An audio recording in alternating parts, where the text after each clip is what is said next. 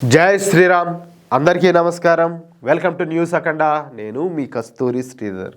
మిత్రులారా, జగ్గి వాసుదేవ్ గారు, బహుశా ఈ పేరు మీరు వినే ఉంటారు. సద్గురుగా ప్రసిద్ధులైనటువంటి ఈశా ఫౌండేషన్ సంస్థాపకులు అన్నమాట. ఈయన లాభాపేక్ష లేకుండా నడిచేటటువంటి ఈ సంస్థ మన భారతదేశంలోను, అమెరికాలోను, England, Lebanon, Singapore, Canada, Malaysia, Uganda, Australia వంటి అనేక దేశాలలో ప్రపంచవ్యాప్తంగా యోగా కార్యక్రమాలన్నీ కూడా నిర్వహిస్తూ ఉంటుంది. ఈ సంస్థ అనేక సామాజిక అలాగే అభివృద్ధి కార్యక్రమాల్లో కూడా పాల్గొంటూ ఉంటుంది. అందువల్లే ఈ సంస్థ ఐక్యరాజ్య సమితి ఆర్థిక అలాగే సామాజిక సంస్థకి ప్రత్యేక సలహాదారుగా కూడా నియమించబడింది అనమాట.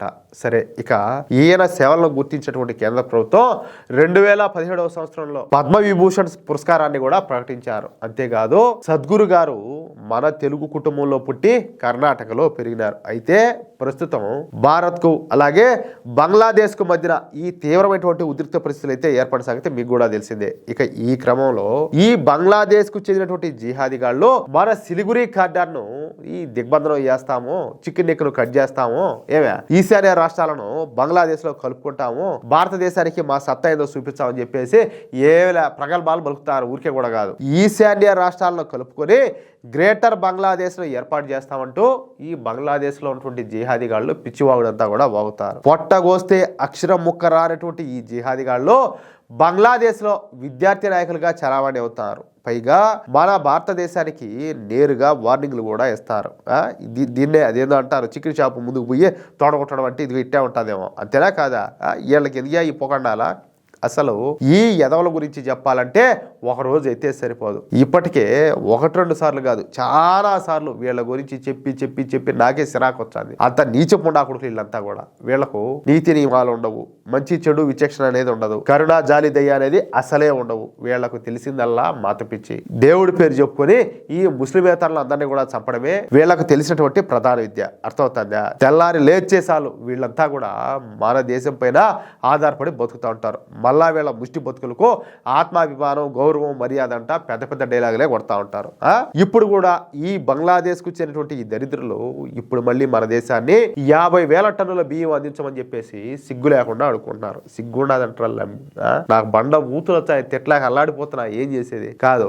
ఒక పక్క హిందువులను చంపుతారు, ఏది మతం పేరు చెప్పి, మళ్ళా బియ్యం కావాలా? ఏం మనుషులరా, ఏం బతుకులరా మీయ? బియ్యం కావాలి మీకు, బియ్యమా? ఒక పక్కన మన భారతదేశం మీద విషం చిమ్ముతూనే మరొక చేత్తో బొచ్చు పట్టుకొని భారత్ను అడుగు తింటా ఉంటారు. సరిగ్గా ఈ సమయంలో మన సద్గురు జగ్గి వాసుదేవ్ గారు రంగంలోకి దిగినారు. కర్ణాటక రాజధాని బెంగళూరులో ఆదివారం జరిగినటువంటి ఒక కార్యక్రమంలో ఈశా ఫౌండేషన్ వ్యవస్థాపకులైనటువంటి సద్గురు జగ్గి వాసుదేవ్ గారు ఈ సిలిగురి కారిడార్ గురించి ఆసక్తికరమైనటువంటి వ్యాఖ్యలన్నీ కూడా చేశారు. ఈశాన్య భారతదేశాన్ని మిగిలిన దేశంతో అనుసంధానించే అత్యంత కీలకమైనటువంటి చికెన్ నెక్ కారిడార్ అంటే ఈ భౌగోళిక బలహీనతను సరిదిద్దాలని చెప్పేసి ఆయన అయితే పిలుపునిచ్చారు. 1947లో భారత్ పాక్ విభజన సమయంలో ఏర్పాటైనటువంటి ఈ సిలిగురి కారిడారు ఒక చారిత్రాత్మకమైనటువంటి పొరపాటుగా ఆయన అయితే పేర్కొన్నారు. అంటే బంగ్లాదేశ్ విమోచన కోసం 1971లో జరిగినటువంటి భారత్ పాకిస్తాన్ యుద్ధ సమయంలో ఈ సిలిగురి కారిడార్ను విస్తరించేటటువంటి అవకాశం భారత్కు ఉన్నప్పటికీ దాన్ని అయితే ఉపయోగించుకోలేకపోయినామని చెప్పేసి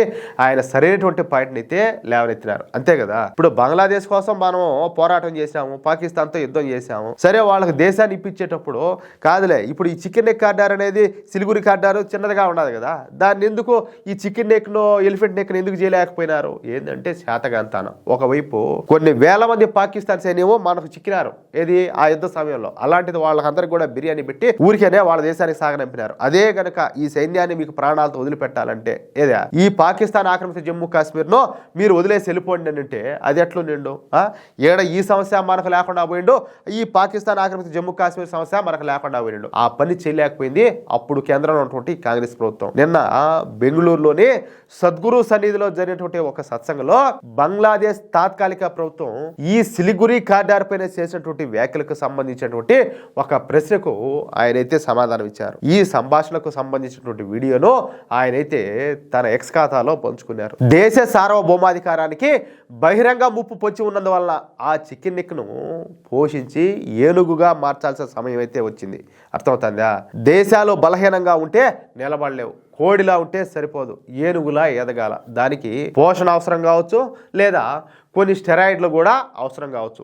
ఏది అవసరమైతే అదైతే చేయాలా అని చెప్పేసి సద్గురు గారు వ్యాఖ్యానించారు. అంటే ఆయన ఉద్దేశం ఏంటంటే మనం ఏమి చేసైనా సరే ఆ సిలిగురి కారిడార్ను ఇంకా విస్తరించాలనేది ఆయన యొక్క ఉద్దేశం అన్నమాట. ప్రపంచంలో సరిహద్దులు లేకపోవడం ఒక ఆదర్శమే అయినప్పటికీ ప్రస్తుత పరిస్థితుల్లో అది ఆచరణ సాధ్యం కాదని చెప్పేసి ఆయన అయితే స్పష్టం చేశారు. ఈ పొరపాటుకు తగినటువంటి దిద్దుబాటు చర్యలు అయితే జరగాలని చెప్పేసి ఆయన అయితే స్పష్టం చేశాడు. ఇంకా సద్గురు గారు మాట్లాడుతా బంగ్లాదేశ్లో మైనారిటీ హిందువులపైన జరుగుతున్నటువంటి దాడులు, అలాగే దేవాలయాల విధ్వంసం పైన కూడా సద్గురు గారు ఘాటుగా స్పందించారు. హిందువులను బలవంతంగా తరిమివేయడం, అలాగే జనాభా ఒత్తిడి పెంచడం వంటి అంశాలను కేవలం పొరుగు దేశం యొక్క అంతర్గత విషయాలుగా మనమైతే తోసిపుచ్చలేమని చెప్పేసి ఆయన స్పష్టం చేశారు. ఇక విభజన సమయంలో జరిగినటువంటి భౌగోళిక అలాగే నాగరికత లోపాల వల్లే ఇటువంటి సమస్యలన్నీ కూడా తలెత్తుతాయని ఆయన అయితే విశ్లేషించారు. ఇక సరిహద్దులు లేని ప్రపంచం అనేది వినడానికి